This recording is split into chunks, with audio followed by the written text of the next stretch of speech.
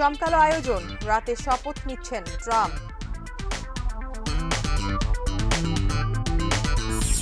যুদ্ধবিরতির প্রথম দিন ৩ ইসরায়েলি জিম্মির বিনিময়ে ৯০ ফিলিস্তিনির মুক্তি।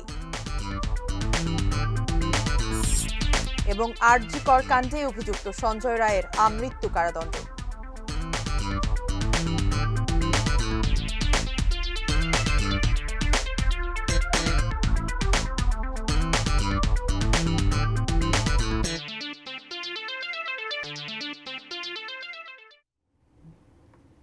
দেখছেন এটিএন নিউজ। দেশের বাইরের খবরাখবর নিয়ে এটিএন নিউজের নিয়মিত আয়োজন অ্যারাউন্ড দ্য ওয়ার্ল্ডে আপনাদের আমন্ত্রণ জানাচ্ছি আমি মারিয়া শিমু। শুনছিলেন সংবাদ শিরোনাম। এবারে জানাবো বিস্তারিত এবং প্রেসিডেন্ট ডোনাল্ড ট্রাম্পের শপথ প্রসঙ্গ। জমকালো আয়োজনে যুক্তরাষ্ট্রের প্রেসিডেন্ট হিসেবে দ্বিতীয় মেয়াদে শপথ নিতে যাচ্ছেন ডোনাল্ড ট্রাম্প। ওয়াশিংটন ডিসিতে বাংলাদেশ সময় আজ রাত 11টায় তার শপথ। এই অনুষ্ঠানে আমন্ত্রিত বিভিন্ন দেশের অতিথি। ট্রাম্পের সমর্থকরা জড়ো হয়েছেন রাজধানীতে।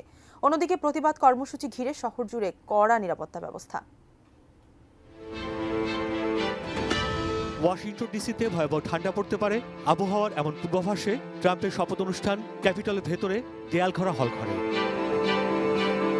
সোমবার ওয়াশিংটনের সময় দুপুর 12টায় যুক্তরাষ্ট্রের 47তম প্রেসিডেন্ট হিসেবে শপথ নেবেন ডোনাল্ড ট্রাম্প। তাকে শপথ বাক্য পাঠ করাবেন মার্কিন সুপ্রিম কোর্টের প্রধান বিচারপতি জন রবার্টস। এরপর সেখানেই দ্বিতীয় যাত্রায় প্রথম ভাষণ। ঐক্য ও শান্তি এ ভাষণের প্রতিপাদ্য, যেখানে আগামী 4 বছরের পরিকল্পনা তুলে ধরবেন ডোনাল্ড ট্রাম্প।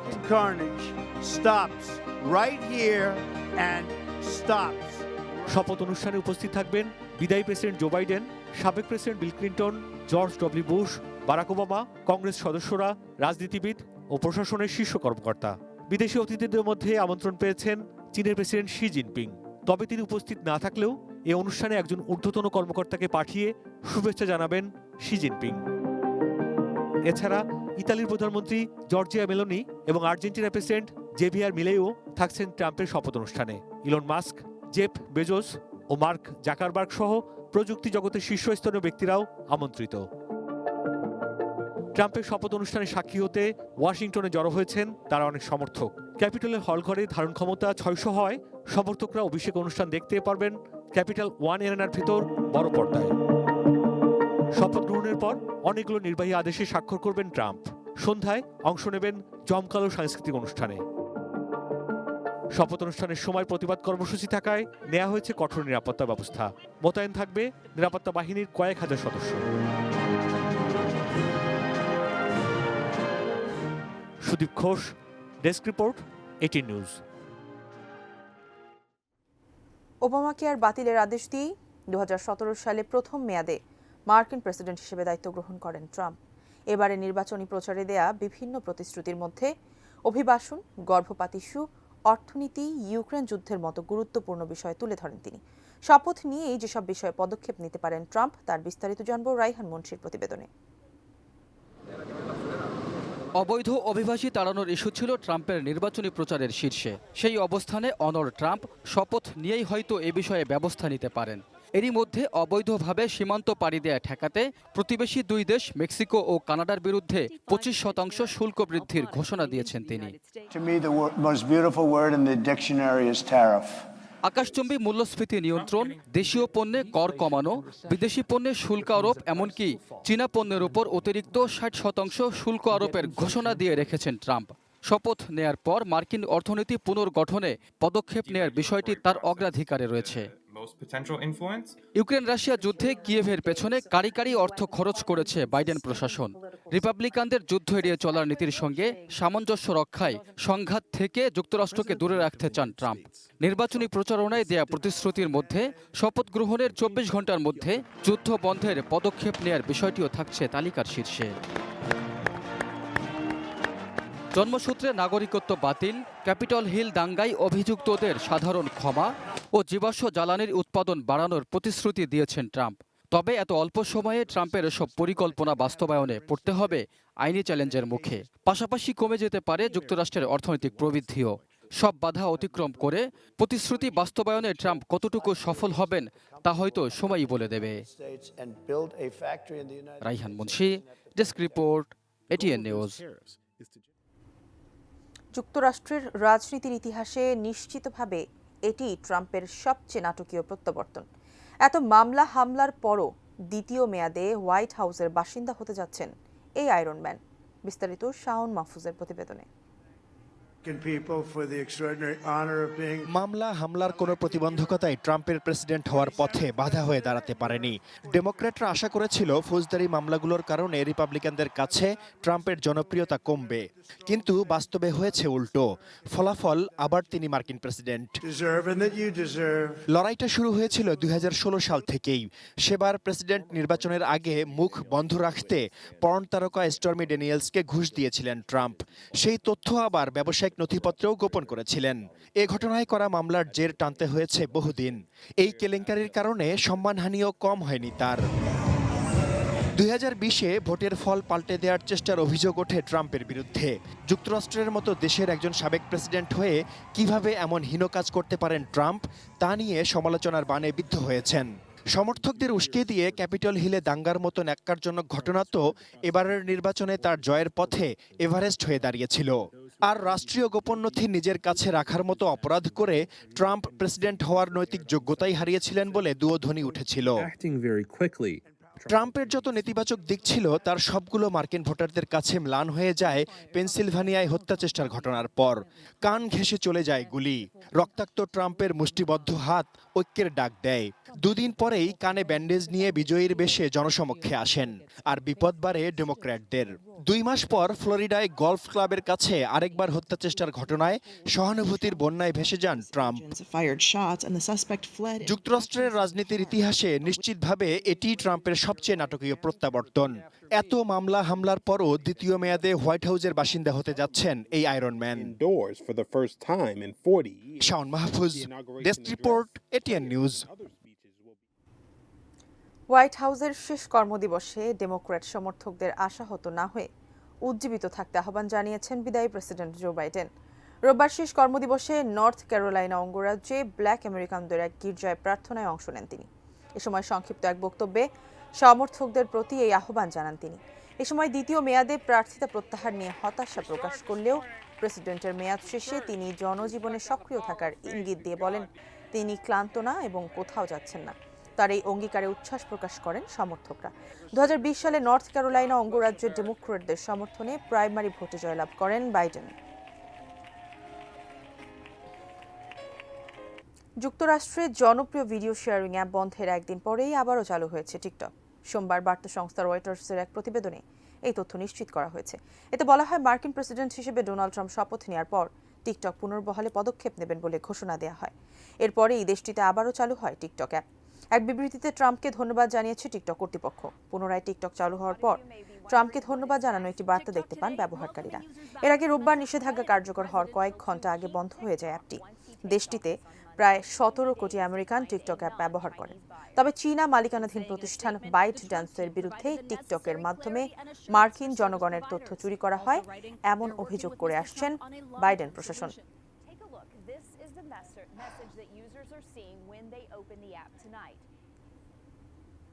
যুদ্ধবিরতি চুক্তি অনুযায়ী প্রথম দিনে 90 ফিলিস্তিনি বন্দীকে মুক্তি দিয়েছে ইসরায়েল। একই সঙ্গে মুক্ত হয়েছেন হামাসের হাতে বন্দী 3 ইসরায়েলি জিম্মি। ইসরায়েলের কারাগার থেকে মুক্তিপ্রাপ্ত ফিলিস্তিনি বন্দীদের প্রথম দলটিকে বহন করা বাসটি ঘিরে ফেলেন হাজারো মানুষ। অনেক অনিশ্চয়তা আর আশঙ্কার পর স্বজনদের কাছে পেয়ে কান্নায় ভেঙে পড়েন অনেকে। প্রথম ধাপে মুক্তিপ্রাপ্তদের সবাই নারী ও শিশু। বন্দীদের মধ্যে রয়েছেন অধিকৃত পশ্চিম তীরের popular front for the liberation of প্যালেস্টাইনের নেত্রী খালিদা জারার। আল জাজিরা জানায় মুক্তিপ্রাপ্ত ফিলিস্তিনি শিশুদের মধ্যে বেশিরভাগই ইসরায়েলি সেনাদের ওপর পাথর ছোড়ার অভিযোগে আটক ছিল। প্যালেস্টাইন প্রিজনার্স সোসাইটির তথ্য অনুযায়ী ইসরায়েলের কারাগারে এখনও 10,000-এরও বেশি ফিলিস্তিনি বন্দী রয়েছেন। এর আগে 3 ইসরায়েলি জিম্মি রোমিগনেন, ডোরন স্ট্রেইনব্রেচার এবং এমিলি ডামারিকে রেড ক্রস কর্মকর্তাদের হাতে তুলে দেয় হামাস।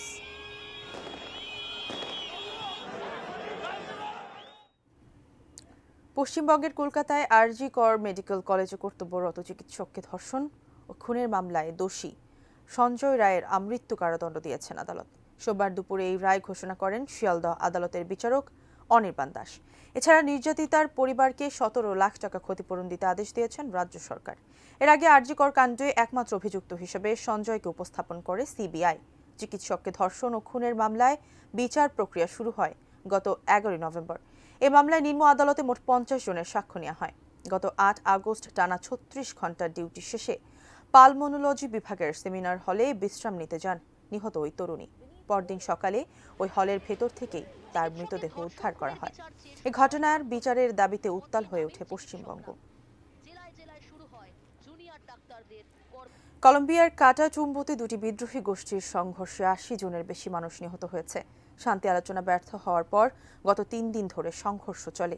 এ ঘটনার পর হাজার হাজার মানুষ এলাকা ছেড়ে পালিয়ে যাচ্ছেন। গত বৃহস্পতিবার কাটাটুম্বো অঞ্চলে ন্যাশনাল লিবারেশন আর্মি তাদের প্রতিদ্বন্দ্বী গোষ্ঠীর উপর আক্রমণ শুরু করে। দলটি নিষ্ক্রিয় সশস্ত্র গোষ্ঠী রেভলিউশনারি আর্মড ফোর্সেস অফ কলম্বিয়ার সাবেক সদস্যদের নিয়ে গঠিত। কাটাটুম্বোর এক সরকারি কর্মকর্তা জানান, সহিংসতার কারণে বাস্তুচ্যুত হয়েছে প্রায় 5000 মানুষ। শনিবার এক বিবৃতিতে বিদ্রোহী গোষ্ঠী ELN জানায়, বেসামরিক মানুষ হত্যা ও অন্যান্য আগ্রাসনের জন্য সংখ্যা তুষ্কে দিয়েছে FARC। এদিকে কলম্বিয়ার প্রেসিডেন্ট গুস্তাভো পেট্রো গত সপ্তাহে ELN এর বিরুদ্ধে যুদ্ধাপরাধের অভিযোগ তুলে শান্তি আলোচনা বাতিল করেন। কলম্বিয়ার অভ্যন্তরীণ সংঘর্ষ বন্ধে 2022 সাল থেকে চেষ্টা চালিয়ে যাচ্ছে সরকার। প্রায় 6 দশকে এসব সংঘর্ষে দেশটিতে অন্তত 4.5 লাখ মানুষ প্রাণ হারিয়েছে। মিয়ানমারের রাখাইন রাজ্যে সরকারি বাহিনীর বিমান হামলায় সেনা পরিবারের শিশুসহ অন্তত 28 সদস্য নিহত হয়েছেন, আহত হয়েছেন কমপক্ষে 25 জন। আরাকান আর্মি জানায়, শনিবার রাখাইনের ম্রাউক ও টাউনশিপের একটি অস্থায়ী ক্যাম্পে হামলা চালায় জান্তার একটি সামরিক যুদ্ধবিমান। অস্থায়ী ওই ক্যাম্পটিতে জান্তা সেনা পরিবারের সদস্যদের বন্দী করে রাখা হয়েছিল। বিমান হামলায় নিহতদের মধ্যে 9 শিশু রয়েছে, যাদের মধ্যে এক শিশুর বয়স 2 বছর। নিহত বাকি সবাই নারী বলে জানিয়েছেন আরাকান আর্মি। গত বছর রাখাইন রাজ্যের বিস্তীর্ণ অঞ্চল দখল করে নেয় আরাকান আর্মি। এরপর রাখাইনের রাজধানী সিত্তের সঙ্গে রাজ্যের অন্যান্য অঞ্চলকে বিচ্ছিন্ন করে ফেলেছে বিদ্রোহী ওই গোষ্ঠী। মিয়ানমারের সামরিক জান্তা বিদ্রোহীদের দমনে দেশটির বিভিন্ন এলাকায় হামলা চালাচ্ছে। অভিযোগ রয়েছে, জান্তা বাহিনী বেসামরিক এলাকাতেও নির্বিচারে বিমান হামলা চালাচ্ছে। রাশিয়ার তাতারস্তান শিল্প এলাকা লক্ষ্য করে ছোড়া ইউক্রেনের 31টি ড্রোন ভূপাতিত করার দাবি করেছে রাশিয়া। সোমবার রুশ প্রতিরক্ষা মন্ত্রণালয় এক টেলিগ্রাম বার্তায় এই তথ্য নিশ্চিত করেছে। এতে বলা হয়েছে, অ্যান্টি এয়ার ডিফেন্স সিস্টেমের মাধ্যমে ধ্বংস করা হয়েছে ইউক্রেনীয় ড্রোনগুলো। এ সময় এলাকাটিতে আগুন লেগে যায়, তবে হতাহতের কোনো ঘটনা ঘটেনি বলে জানায় আঞ্চলিক গভর্নর। এদিকে রোববার ইউক্রেনের দোনেৎস্ক অঞ্চলের আরও একটি গ্রাম দখলে নিয়েছে রুশ সেনারা। এ নিয়ে গত কয়েকদিনে বেশ কয়েকটি ইউক্রেনীয় গ্রামের দখল নিল রুশ বাহিনী। নবনির্বাচিত মার্কিন প্রেসিডেন্ট ডোনাল্ড ট্রাম্পের শপথকে সামনে রেখে কিয়েভ, মস্কো দুপক্ষই হামলা পাল্টা হামলা অব্যাহত রেখেছে।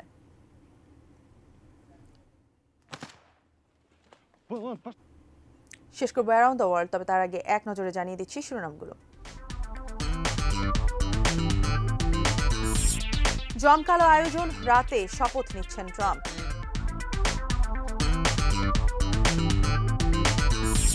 যুদ্ধবিরতির প্রথম দিন 3 ইসরায়েলি জিম্মির বিনিময়ে 90 ফিলিস্তিনির মুক্তি। আরজি কর কাণ্ডে অভিযুক্ত সঞ্জয় রায়ের আমৃত্যু কারাদণ্ড। কলম্বিয়ায় 2 বিদ্রোহী গোষ্ঠীর সংঘর্ষে নিহত 80।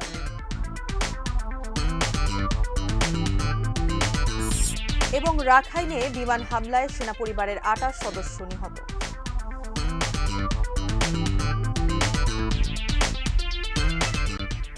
এই ছিল অ্যারাউন্ড দ্য ওয়ার্ল্ডের সর্বশেষ। কাল আবারও দেখা হবে একই সময়। সে পর্যন্ত সবাই ভালো থাকুন, দেখতে থাকুন এটি নিউজ। ধন্যবাদ।